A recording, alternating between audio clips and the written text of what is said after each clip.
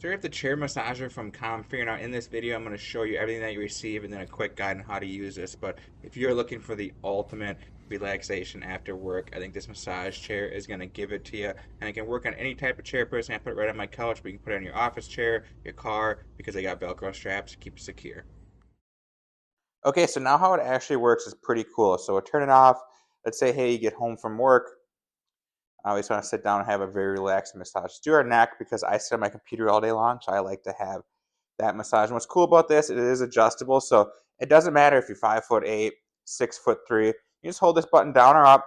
You can move that massage up or down to get it in the perfect position for you. In addition to that, they're gonna have back massage. You can do rolling ones, you can do the Shiatsu ones, anything you want. Here's me where you pick the different spots. So right now I have the neck going, the back, upper and lower. And then on the bottom too, you can get a pressure massage kind of on your glutes, on your thighs, stuff like that. So it's going to be pretty much a full body massage, which is amazing. It's all controlled right here with the remote, and also does have heat as well.